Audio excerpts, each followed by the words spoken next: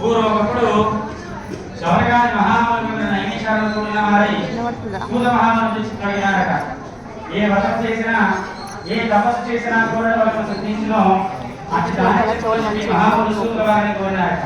అందులో సూర్య మహాముని మునులారా పూర్వప్పుడు నాదృషి మహావిష్ణువు ఇదే విధంగా కోరగా శ్రీహరి ఆనందించిన విషయాన్ని శ్రద్ధగా వెళ్ళని చెప్తున్నాడట. పూర్వప్పుడు నాద మహాముని సకల లోకము తిరుగుచు మహాకేశ్వర భూలోకంలో వచ్చినాడట. అంత నాద మహాముని భూలోకంలో మానవులు వచ్చిన కష్టములను చూసి దీనికి కష్టపడి పొందుతున్న వ్యక్తి ఆలోచించి విష్ణులోకంలో వెళ్ళినాడట. అంత నాద మహాముని విష్ణులోకంలో చతుర్భుజంజుడకు తెల్లని శరీర సహజ గడవాడకు శంఖము చక్రము గద పదములు మొదలగు అలంకారం గలవాడకు శ్రీహరిని తెచ్చి ప్రార్థించినాడట. మనసుతో ఊహించుటకు గాని వాక్కుతో వివరించుటకు గాని శక్తులు గాని అన్నిటిన రూపం గలవాడ ఆది మధ్యాంతరిక నిలుపుడవయ్య సుగుణాత్మడవై ఇంటివి ఆది పురుషైనటువంటివి భక్తుల బాధను తొలగించిన శ్రీమన్నారాయణ నీకు భక్తిగా నమస్కరిస్తున్నానని చెప్పేసి నారద మహాముని విష్ణుమూర్తికి నమస్కారం చేసినాడు. అంతా శ్రీహరి ఆ స్తోత్రముని నారద మహాముని అడిగినాక నారద మహాముని నీ వచ్చిన కారణమేమి, నీ కోరిక తీర్చుగా భూలోకమున మానవులు నానాది అందుకే అనేక ప్రార్థించినాడు.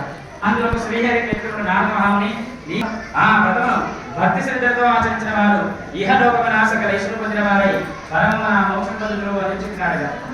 అష్టాదశ నాలుగు మళ్ళీ కలుపుతున్నాడు రాముగా ఆ వ్రతం ఆచరించిన ఏ ప్రజలను ఆ వ్రతం ఎట్లా ఆచరించుకోలేను దాన్ని దిగులుగా ఆచరించినారా అది ఎంతవి సవిస్తరంగా తెలుపుకోవచ్చునని చెప్పేసి చూడగా అందులో సాక్షాత్ శ్రీహరి చెప్తున్నాడట. సత్యనారాయణ వ్రతము సకల విశ్వము నివారణ చేయను సకల ఇష్టము కలిగేయను సంతానం కలుగును సర్వత్రా జయ ఫలములను ఈ వ్రతమును వైశాఖ మాసం నుండి కానీ మాఘ మాసం నుండి కానీ కార్తీక మాసం నుండి కానీ ఒక శుభ దినం కానీ ఆచరించుకోలేను. కష్టములు సంభవించినప్పుడు దరిద్రంతో బాధపడినప్పుడు ఈ వ్రతం చేయడం ఎంతో మంచిది. ఏదైనా వివాదం కలిగినప్పుడు ఈ వ్రతం ఆచరించినటువంటి వివాదం తప్పగా జయకులను నారద మహాముని ఈ వ్రతమును శక్తి గలవారు ప్రతి నెల ఆచరించవచ్చును లేదా సంవత్సరం ఉపకారం చేయవచ్చును. ఎవరి శక్యానుసారం వారు చేయవచ్చును. సత్యనారాయణ వ్రతమును పౌర్ణమి తిథియందులు గాని ఏకాదశినాలు గాని రవి సంక్రమణలు గాని చేయలేను.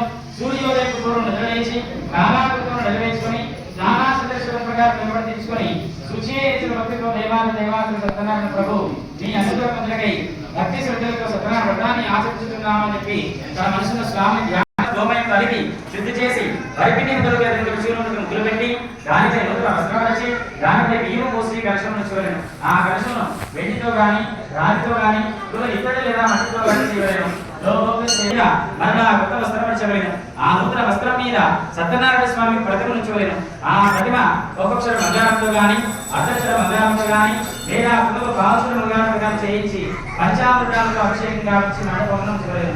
ముందుగా విఘ్నేశ్వరుడి పరమేశ్వరుని పార్వతిని శివుడు అతి దేవత ప్రత్యేక దేవత సహితంగా పూజించగలను. పిదప సత్యనారాయణ స్వామి కలశం మీద పూజించగలను. వ్రతం చేయవారు బ్రాహ్మణులు బంధువులు తెచ్చుకుని చేయలేను. అరటి పనులు ఆవు నెయ్యి ఆవు పాలు గోధుమలు కాదు బియ్యములు కా చక్కెర బెల్లము ఇవన్నీ అనగా సమానంగా చీరకోక్షతను చేర్చి ప్రసాదం తయారు చేసి స్వామివారికి నివేదన చేయగలను. ఆ విధంగా నైవేద్యం జరిపించడం ఇవ్వడ బ్రాహ్మణ యథాశక్తి దక్షిణ తెచ్చి గత శ్రద్ధగా భూలోకమున కలిగి మనందు ఇష్టగా